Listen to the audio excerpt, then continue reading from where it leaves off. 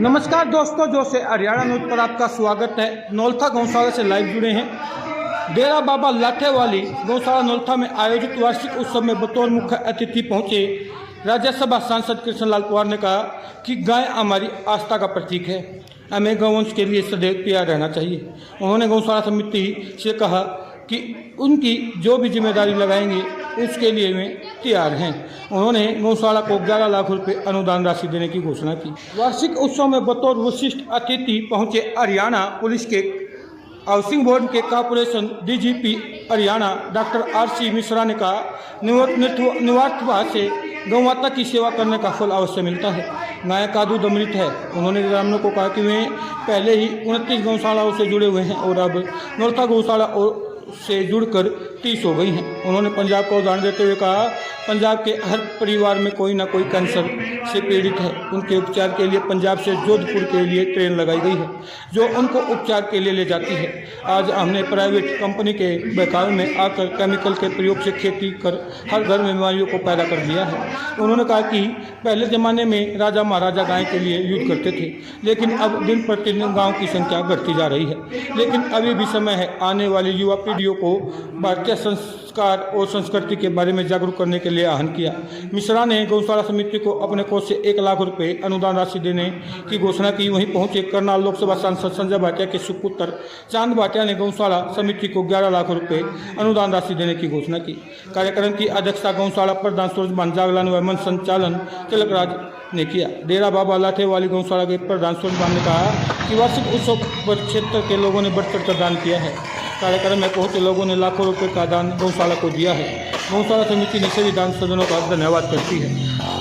वहीं राज्यसभा सांसद कृष्णलाल पवार को ट्रैक्टर और बाइकों के काफिले के साथ रोड शो कर नौलथा गौशाला में ले जाया गया, जहां फूलों की माला पहनाकर सांसद का जोरदार स्वागत किया गया।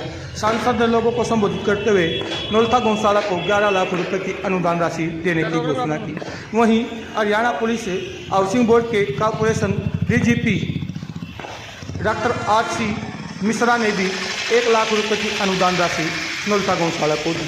वहीं लोकसभा सांसद करनाल संजय भाटिया के सुपुत्र चांद भाटिया ने भी 11 लाख रुपए नौलथा गौशाला को अनुदान राशि देने की घोषणा की। इशारा क्षेत्र की खबरों के लिए हमारे साथ जुड़े रहें। लाइव तस्वीरें जो से हरियाणा न्यूज के माध्यम से आप देखते रहें। चैनल को शेयर और सब्सक्राइब जरूर करें। काफिले के साथ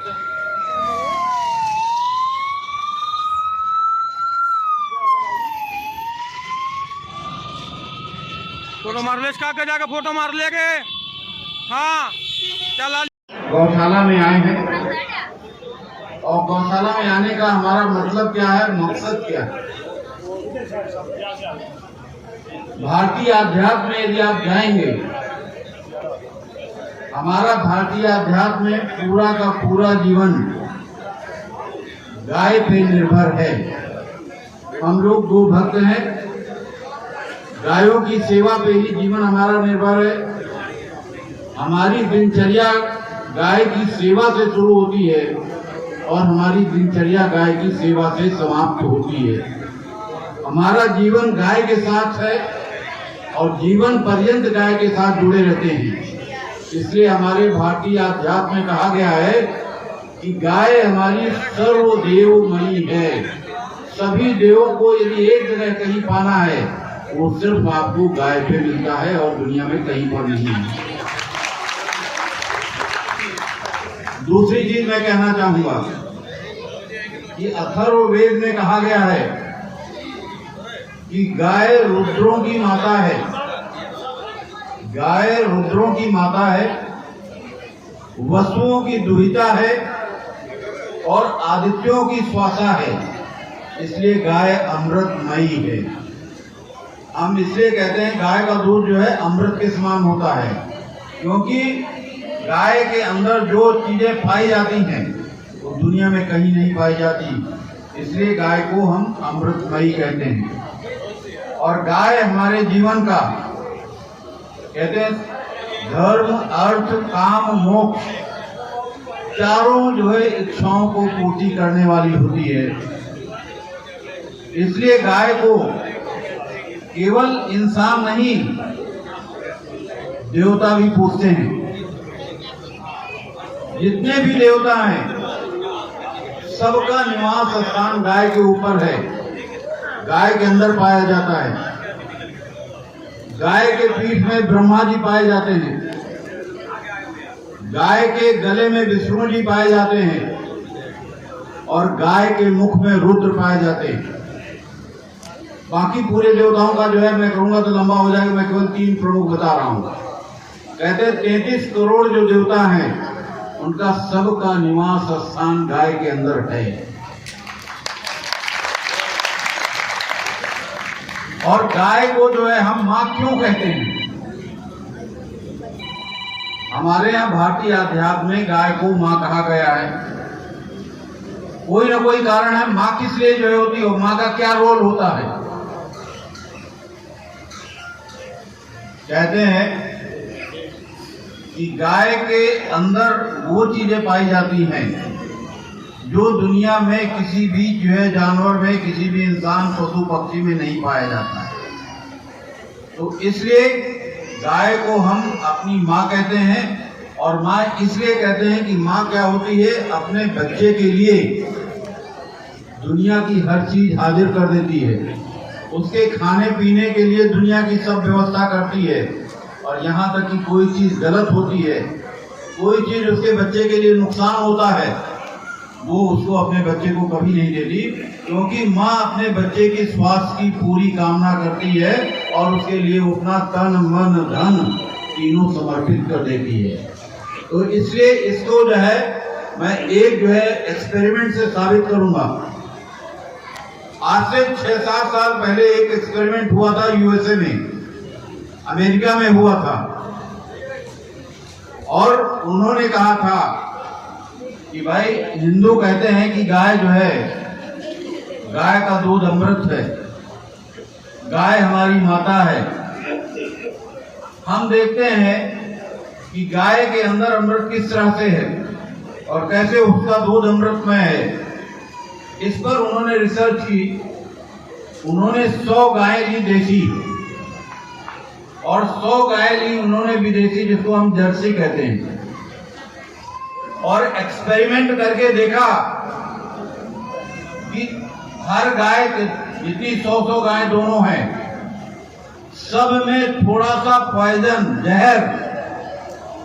जहर का इंजेक्शन देना चालू किया। और जहर का इंजेक्शन देने के बाद देखा कि उनका जो दूध आ रहा है उसमें पॉइजन है या नहीं है। तो लगातार 1 महीना एक्सपेरिमेंट किया। जो देसी गाय हमारी थी उसके दूध में कहीं भी पॉइजन नहीं मिला, उसके मूत्र में कहीं पॉइजन नहीं मिला, उसके गोबर में कहीं पॉइजन नहीं मिला, कहीं भी जहर नहीं मिला, न दूध में, न मूत्र में, न गोबर में। लेकिन जो जर्सी गाय थी, जो उनकी विदेशी गाय थी, उसके दूध में भी, उसके मूत्र में भी, उसके गोबर में भी जहर पाया गया। इस पर उन्होंने फर्दर रिसर्च की और जब उससे संतुष्ट नहीं हुए तो उन्होंने उसको जो है पोस्टमार्टम किया। गाय को चीर करके उनके हर भाग में देखा कि जो मैं जहर दे रहा हूं इंजेक्शन, वो कहां गया। जर्सी गाय के तो मांस में भी है, खून में भी है, मूत्र में भी है, गोबर में भी है, दूध में भी है, लेकिन देसी गाय का कहां गया। तो जब पोस्टमार्टम किया गया तो उन्होंने देखा कि देसी गाय के गले में वो जो लटका होता है उसमें एक नीली सी लकीर बन गई थी। ना उसके मांस में जो है जहर था, ना उसके खून में जहर था, ना उसके मूत्र में, ना गोबर में, ना उसके दूध में। गाय ने जितना भी जहर पिया था वो सब अपने गले में रोक लिया था। वो पूरा का पूरा जहर गाय के गले में रह गया था। उसने अपने जो उसके जो है बेटे हैं, जो हम लोग उसके वो हैं, जिसका हम उसका दूध पीते हैं, उन सबको उसने जहर नहीं दिया। उसने जहर अपने गले में रोक लिया, पी लिया। इसलिए गाय को हम माता कहते हैं। जहर खुद खाया लेकिन अपने आने वाली संतान को, अपने भक्तों को उसने जहर नहीं दिया। इसका दूसरा उदाहरण दे रहा हूं कि गाय की उत्पत्ति कहां से हुई। आपने सुना है समुद्र मंथन हुआ था। समुद्र मंथन में 14 रत्न निकले थे। सबसे पहला रत्न क्या था? देवताओं और दैत्यों के बीच जब समुद्र मंथन हुआ, समुद्र में विंध्याचल पर्वत को मथानी बनाया गया, वासुकी नाग को रस्सी बनाया गया। देवता और दैत्यों ने समुद्र का मंथन किया। मंथन करने में जो पहला रत्न क्या मिला? सबको पता है, पहला रत्न कोलाहल विष था, जहर। उससे बड़ा दुनिया में कोई जहर नहीं होता। और अंतिम रत्न था अमृत। बीच में बहुत से रत्न आए। उच्चैश्रवा घोड़ा आया, ऐरावत हाथी आया, पारिजात का पेड़ आया, कामधेनु गाय आई। कामधेनु गाय की उत्पत्ति कहां से हुई? समुद्र मंथन से। तो जो पहला विष निकला था कोलाहल, उस कोलाहल विष को न देवता लेने को तैयार हुए, न दैत्य लेने को तैयार हुए। उस कोलाहल विष को किसने लिया? उसको भी भगवान शंकर ने लिया। और उस विष को उन्होंने पी करके अपने कंठ में रोक लिया। भगवान शंकर ने भी उस कोलाहल विष को अपने कंठ में रोक लिया, नीचे नहीं जाने दिया। और सबको जो है जिंदा रहने के लिए छोड़ दिया। नहीं तो देवता और दैत्य जो भी उस विष को लेते, कोई नहीं बचता। तो भगवान शंकर एक ऐसे हैं जो विष को पी करके भी सबके खुशहाली की, सबके वेलफेयर की कामना करते हैं। पूरे समाज को पालते हैं, पूरे इस विश्व को, पूरे ब्रह्मांड को पालते हैं। वैसे ही सबको ये पालने वाली हमारी माता गाय है, जिसको कि हम माँ कहते हैं, जो जहर पी करके भी हमारे को अमृतमयी अपना दूध देती है। उसका हर चीज हमारे जीवन में उपयोगी है। तीसरी चीज मैं बताना चाहूंगा कि और भी जानवर है, सबका दूध हम लेते हैं।